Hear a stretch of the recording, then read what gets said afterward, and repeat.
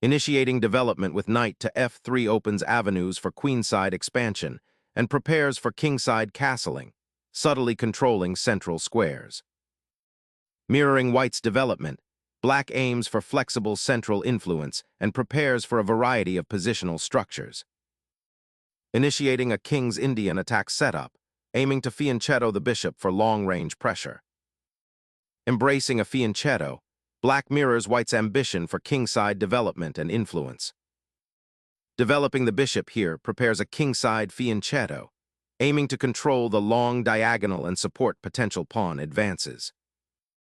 Mirroring white's fianchetto, black secures the bishop to the long diagonal, setting up a solid defensive structure. Securing the king early establishes a safe haven, preparing for a gradual buildup of pressure on the queen side. A logical mirroring to secure the monarch, mirroring white's development and preparing for eventual central play.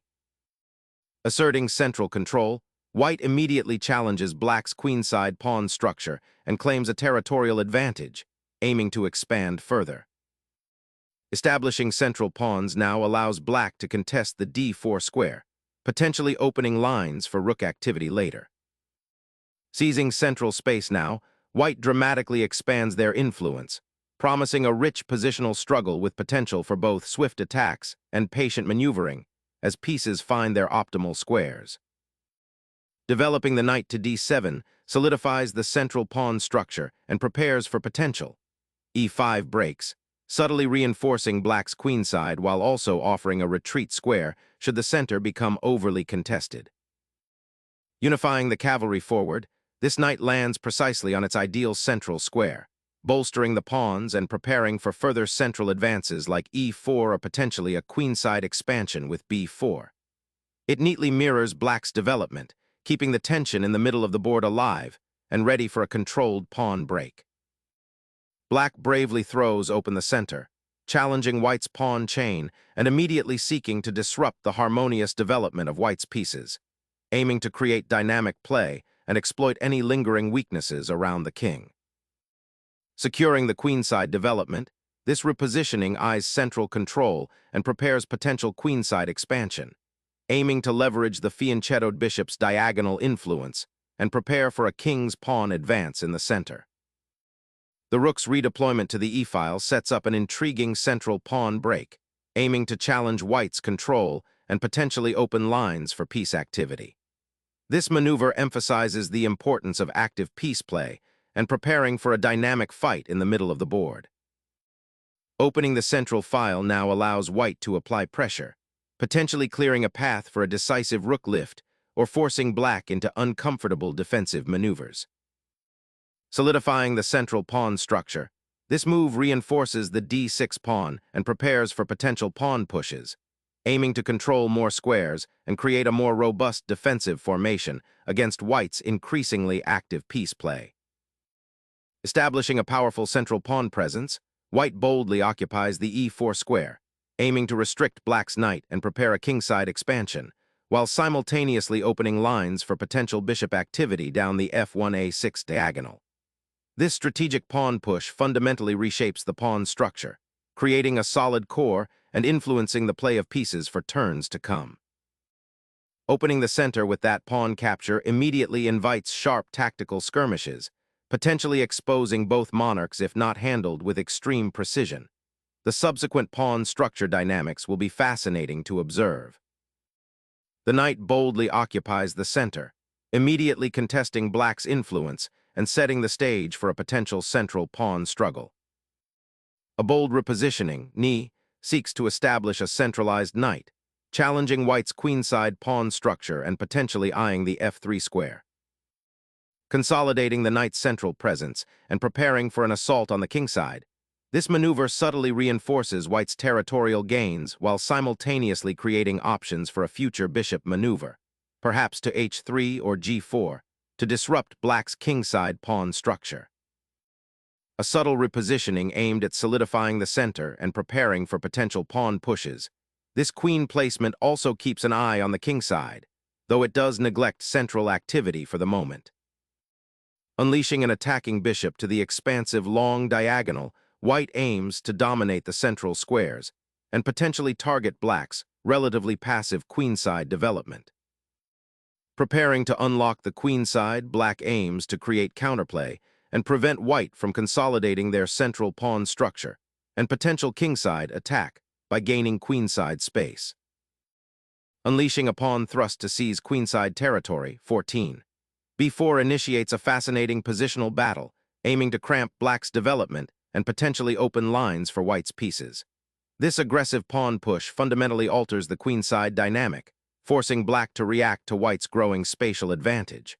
White hopes to create weaknesses in black's pawn structure or restrict the mobility of their pieces on that flank. Black bravely challenges the queenside expansion, aiming to disrupt white's pawn chain and potentially open lines for counterplay. A bold but potentially risky maneuver given the king's position and white's centralized pieces. Opening up the b-file immediately grabs the initiative, forcing black to address the pawn's advance and potentially disrupting their development. This aggressive pawn sacrifice aims to gain a tempo and control over the open file, creating attacking chances on the queenside. Challenging the queenside expansion head-on, this rook redeployment immediately seeks to leverage open lines and pressure white's ambitious pawn thrust, aiming to disrupt the harmony of white's central control and potentially exploit the weakened queenside structure. The knight's repositioning to b3 opens a crucial diagonal for the bishop on c1, aiming to apply pressure along the a2-g8 diagonal should black's pawn structure shift, while simultaneously preparing to challenge black's advanced knight on e5 with the eventual c5 push, potentially disrupting white's central control and freeing up the d4 square for further piece activity. Repositioning the rook to the 6th rank, aiming for influence on the file or potentially a swift regrouping towards the kingside, demonstrates black's intention to break free from white's ever-tightening grip in the center. This maneuver, while seemingly slow, creates latent threats, preparing for a more dynamic response once white's own intentions on the queenside become clearer. White immediately assaults black's queenside pawn chain, creating a formidable central pawn barrier and aiming to restrict the scope of black's pieces. Black injects immediate central dynamism, challenging white's ambitious queenside pawn thrust and opening lines that were previously constricted. This pawn sacrifice aims to break white's solid structure and create play on the kingside or in the center for black's pieces, forcing a reevaluation of white's spatial advantage. Reclaiming the central square with the knight, white seeks to re-establish a foothold after black's pawn thrust, aiming to leverage the open c-file and prepare for potential future pawn advances on the queenside. The bishop ventures out to h4, eyeing the long diagonal and preparing to swap off white's aggressively placed knight on c3, potentially opening lines for black's rook on a6. Unleashing a pawn shockwave, white throws a forceful punch into the center, shattering black's carefully constructed defensive wall. This gambit-like exchange not only opens lines, but also aims to destabilize black's pawn structure, potentially creating weaknesses around the king. The immediate consequence is a more dynamic, unbalanced position, where white is betting on the initiative and tactical opportunities arising from the fractured center. Black must now carefully assess whether the material advantage is worth the concession of initiative and the potential for white's pieces to gain rapid attacking influence. By recapturing the rook, black immediately targets the white queen and disrupts white's intended expansion on the queenside, creating a dynamic imbalance where piece activity will likely outweigh material advantage.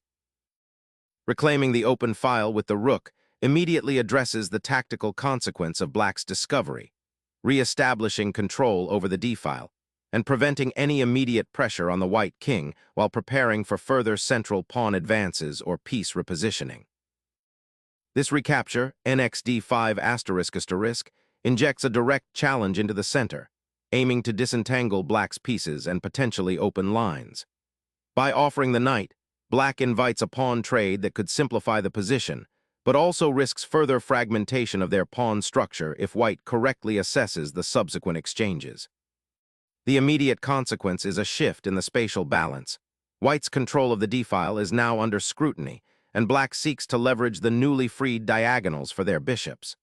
It's a bold decision that prioritizes piece activity over structural purity, hoping to exploit white's slight overextension.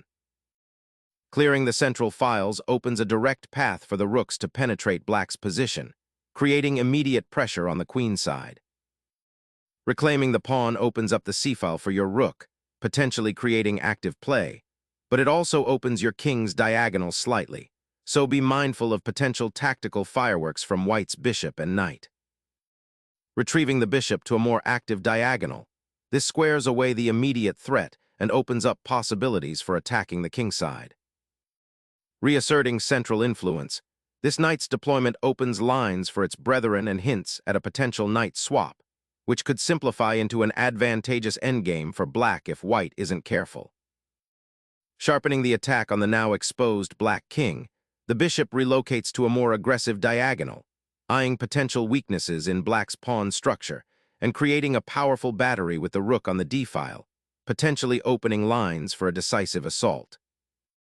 Shifting the queen to f6 aims to unburden the knight and challenge white's bishop on d6, while also preparing for potential kingside activity.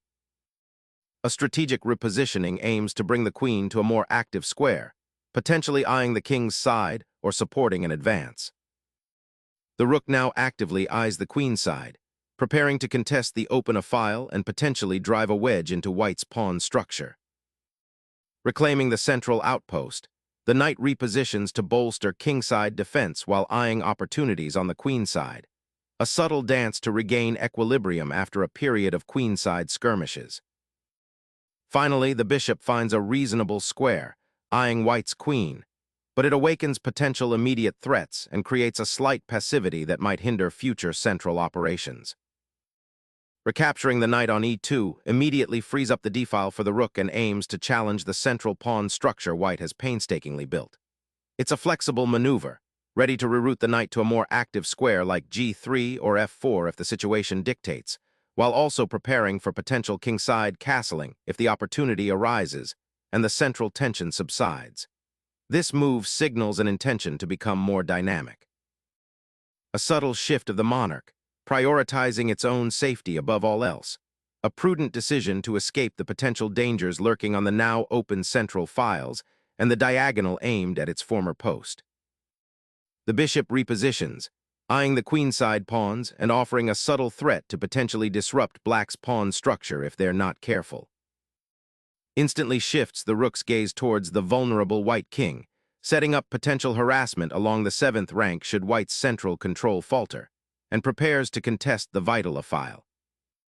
A bold repositioning of the knight, venturing into the heart of black's territory, aiming to disrupt the harmony of their pieces and potentially create weaknesses around the king. Sacrificing the bishop here fundamentally alters the position, opening up the diagonal towards white's king and creating potential tactical complexities, although it does relinquish a valuable piece for what appears to be a temporary pawn. Unlocking the d-file with decisive intent, this capture offers white a substantial advantage by disrupting black's coordination and opening a direct path towards the enemy king. The exchange transforms the pawn structure, creating isolated weaknesses for black on the queen side while solidifying white's central control. This strategic breakthrough promises significant attacking potential and forces black to defend passively for the foreseeable future. Reclaiming squares and establishing outpost potential on the king side becomes a priority as the knight makes its repositioning leap. Unlocking the queen side's potential becomes paramount now. Positioning your queen to eye the isolated pawns and support a potential kingside initiative might be the key to unraveling black's somewhat cramped position. Capturing the bishop on c4, black disrupts white's coordination and attempts to exploit the newly opened diagonal for their rook. This audacious exchange, while seemingly trading material for initiative, repositions black's knight into a more active role and initiates a critical fight for control of the central dark squares. The decision to relieve the pressure from the bishop aims to untangle black's position and potentially create opportunities for a counterattack against white's king, though it does concede the bishop pair. This capture ignites the board, transforming the strategic battlefield into a tactical skirmish where the rook's pressure is neutralized, but the queen's newfound central dominance could prove pivotal. Suddenly, the rook's journey to the 2nd rank introduces a pressing threat against white's isolated pawn, potentially forcing concessions or a serious defensive commitment. Reclaiming the open file offers a chance to activate your rook, but be wary of the doubled pawns that result from this choice, potentially creating long-term structural weaknesses. The rook's journey back to the action creates an immediate pressure point on the queen side, aiming to disrupt white's carefully constructed pawn chain. Unleashing the queen to pressure black's vulnerable kingside pawn structure. This maneuver aims to exploit the lingering weakness on f7 and potentially initiate a mating attack, while simultaneously offering a tactical reprieve by forcing a response that could clarify the central tension. Opening the c-file with the rook now presents a clear pathway for your pieces to become more active and potentially threaten white's doubled pawns on the queen side. The monarch steps away from the central skirmish, seeking refuge on a safer flank. Shifting pressure to the open file, this maneuver aims to activate the rook and potentially create mating threats or exchange material favorably if white is not careful. Unlocking the d-file presents a powerful attacking avenue, threatening to infiltrate the black king's sanctuary and immediately seize crucial territory. Initiating a counterattack on the queen side, this maneuver seeks to disrupt white's aggressive central push and possibly liberate black's rook from its passive posting, aiming to create a more dynamic game rather than being suffocated by white's space advantage. The rook's renewed threat on the queen side now forces black to contemplate a significant positional concession or a tactical risk to defend its advanced pawn. Opening up the diagonal for the rook and preparing to contest the d-file is a logical attempt to activate pieces, though it does leave the king slightly exposed on the queen side. A bold counterstrike aims to dislodge the vigilant black rook from its active post, forcing a difficult decision. Defend the queen or maintain pressure on the open file, potentially sacrificing material for initiative. The queen's daring sortie to d4 injects fresh dynamism, aiming to disrupt white's coordinated pieces and potentially exploit the newly created central weakness. Unleashing a powerful central pressure, white's queen boldly occupies the g5 square, directly challenging black's king and threatening to unravel the carefully constructed pawn shield. This audacious positioning not only disrupts black's defensive harmony, but also probes for weaknesses around the king, forcing an immediate and critical response. Securing the monarch's escape route from the dangerous open diagonal and centralized queen presents a prudent immediate concern. Initiating a pawn thrust to claim more territory and restrict black's rook, while also opening avenues for the white king's potential advance into the center. Unveiling the king's potential shelter, this retreat prepares a more active role for the queen, eyeing central squares and potentially aiming for a queenside infiltration once the rooks find better harmony. The sudden repositioning of the queen to a5 aims to exploit the loose rook on a7 and create further complications on the queen side, potentially targeting weak pawns or initiating a decisive attack. Consolidating the monarch on a more secure square avoids any potential discoveries or checks along the open files, prioritizing safety over immediate counterplay. Unleashing the pawn storm now dramatically alters the pawn structure and introduces immediate attacking potential against black's weakened kingside. The rook's daring sortie to the second rank seeks to disrupt white's coordination and exploit the open file. Unleashing the queen onto the kingside, white aims to disrupt black's defensive setup and create immediate attacking threats. Reclaiming the open d-file is a primary objective here, preventing the white rook from becoming a dominant force. The pawn's aggressive forward surge on the kingside aims to pry open lines and create potential mating threats, forcing black's king to become more exposed. A desperate attempt to blunt the oncoming onslaught by creating a pawn chain, though it ultimately solidifies white's central control and opens the f-file for a decisive attack on the exposed monarch. Initiating a relentless assault on the weakened kingside by advancing the queen to a more aggressive square, preparing to exploit the open h-file. Swapping queens here injects a new dynamic, potentially forcing a simpler endgame where white's passed pawn on d7 might become a decisive factor. But black's active queen could also create counterplay if white is not careful with its king's safety and pawn structure. forcing the enemy king to step into the open, offers a golden chance to exploit its exposed position. The king's exposed position on the king side, a consequence of the pawn's advance, becomes the primary concern as white's powerful queen now targets the weakened squares. Unleashing a knight to a seemingly quiet outpost on e6 ignites a fierce tactical storm, threatening to tear open the kingside while simultaneously controlling key squares and preparing a decisive penetration. The black king, suddenly exposed by the preceding exchanges, now faces a perilous situation as the white queen and knight coordinate their assault from the queen side.